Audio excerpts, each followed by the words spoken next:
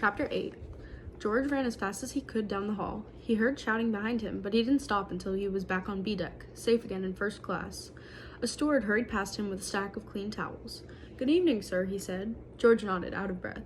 Nothing could happen to him up there, he knew, so why was his heart still pounding? It was the ship, he realized. That thundering noise, that shaking in the hold. Had a boiler exploded? Had a steam pipe burst? An eerie silence surrounded him, and George's heart skipped a beat as he realized that the engines had been turned off. The quiet rumbling had stopped.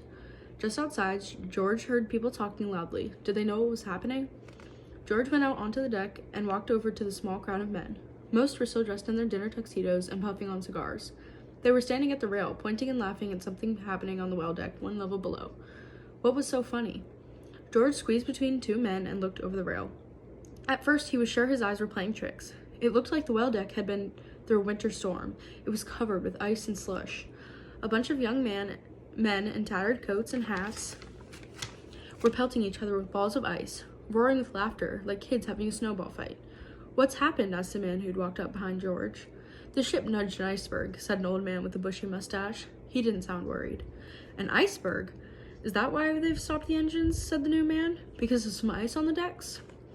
"Just being cautious, it seems, following regulations," said the older fellow. "I spoke to one of the officers. He assured me we'll be underway in any moment." "Hey there," he yelled to the young men below. "Toss some of that ice up here."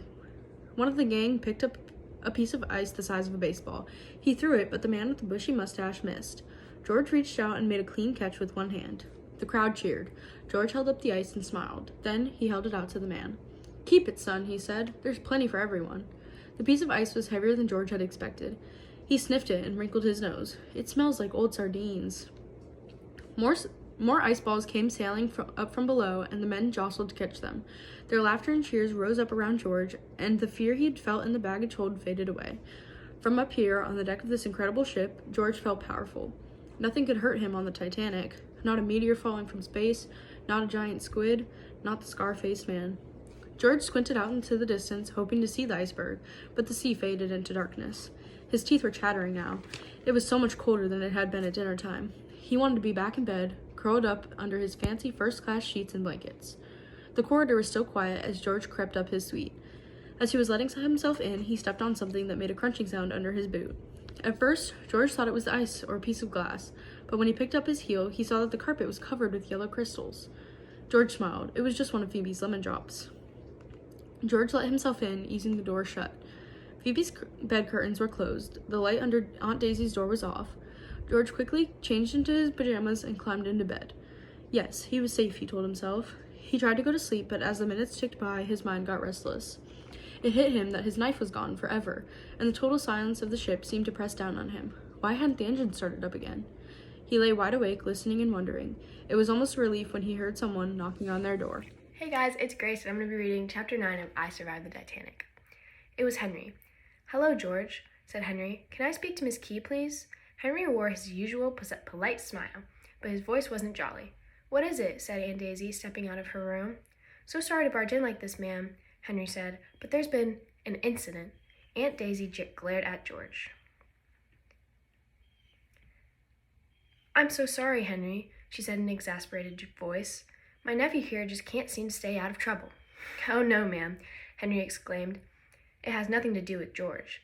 It's the ship, ma'am. Seems we bumped an iceberg. I'm sure the captain is just cautious, but he wants everyone up on deck."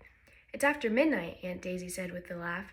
"Surely the captain doesn't expect us to appear on deck in our night clothes." "No, ma'am, it's very cold outside." Henry walked over to the dresser and brought out 3 life jackets, "and you'll need to put these on, over your coats."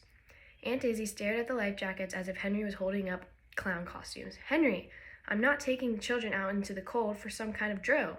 Has Captain Smith lost his senses?" "Of course not, Miss Key," said Henry. "Now, if you could get yourself and the children ready, I'll be back in just a moment to see if you need any help." He left them alone. "All right, George," Aunt Daisy said. "I guess we'll have another adventure to boast about when we get back. You get dressed, I'll get Phoebe up." Aunt Daisy went to Phoebe's bed, pulling aside the curtains. George had heard a gasp, and he rushed over. Phoebe wasn't there. Where could she be? Aunt Daisy exclaimed. A cold feeling crept up George's spine. Phoebe, his guardian angel, she must have woken up a while before George was gone. and now she was somewhere on the ship, searching for George. He took a deep breath. "I went out exploring," George said. "After you went to bed. I didn't think Phoebe would wake up. She never does." "She's left a trail of lemon drops," George said. Aunt Daisy looked confused. "Like Hansel and Gretel," George explained. "She left a trail so we could find her way back." Chapter 10. George and Aunt Daisy scrambled to get dressed and put on their life jackets. Aunt Daisy brought Phoebe's warmest coat, and George carried the extra life jacket. They'd quickly find Phoebe and head up to the boat deck, and tomorrow morning this would be a big joke to laugh at over breakfast. George thought that Phoebe had gone up to the promenade deck, that she'd been woken up by the commotion with the ice, and figured that George had gone out to see what was happening. But when they got to the staircase, he saw that the yellow glints were headed downstairs, not up to the deck. His heart sank. Phoebe had headed down to the first-class baggage hold, because she knew that George would want to see that mummy. Of course she'd known. Phoebe could read his mind. A chill went through George's bones. What if the scar-faced man was lurking in the baggage hold when Phoebe got there? He ran faster down the stairs now. Aunt Daisy called after him, but he didn't slow down. But when he got down to the G-deck, there was a gate stretched across the doorway. "This wasn't here when I came down," he said to Aunt Daisy. He tried to pull it open, but it was locked. And just on the other side, there was a mob of people standing restlessly, third-class passengers, from the looks of their worn clothing. "Look," Aunt Daisy said, pointing at one of Phoebe's candies glinting on the floor on the other side of the gate, pushed next to the wall. "She's down here." "Pardon me," she called to the steward, standing in front of the crowd. "You've got the wrong way, madam," he said, staring at Aunt Daisy's huge diamond ring. "The captain wants first-class passengers up on the boat deck now." "My niece is down here somewhere," Aunt Daisy said. "You need to let us through." "I'm sure she wouldn't have wandered down this far," the steward said. "We're quite sure she's down here," Aunt Daisy said, "so if you'll please open the gate." "I'm sorry, madam," he said. "Regulations." "Open this gate at once," Aunt Daisy shouted in a tone George had never heard her use before. The man took a key from his pocket and opened the gate. He stepped aside to let them down. The crowd surged forward. "Get back," the steward shouted. "We'll tell you when it's time for you to go up." A few of the men lunged toward him. Aunt Daisy grabbed George's arm. The steward took a pistol from his pocket. His hand shook as he waved it toward the crowd. George and Aunt Daisy stepped through the gate. The steward slammed it behind them. They were trapped down there, just like everyone else. George and Aunt Daisy squeezed through the crowd, weaving around trunks and stepping over sleeping children. There were so many people. If Phoebe's candies were down here, they couldn't see them anymore. Suddenly, something crashed into George from behind. A pair of arms wrapped around his waist so tightly he couldn't breathe. George's heart stopped. The scar-faced man? "Giorgio!" Aunt Enzo screamed up at him. George's eardrums nearly split in two. Enzo's father had hurried over to them. He tried to gently peel Enzo away from George, but the little boy wouldn't let go. "No!" he howled. "No!"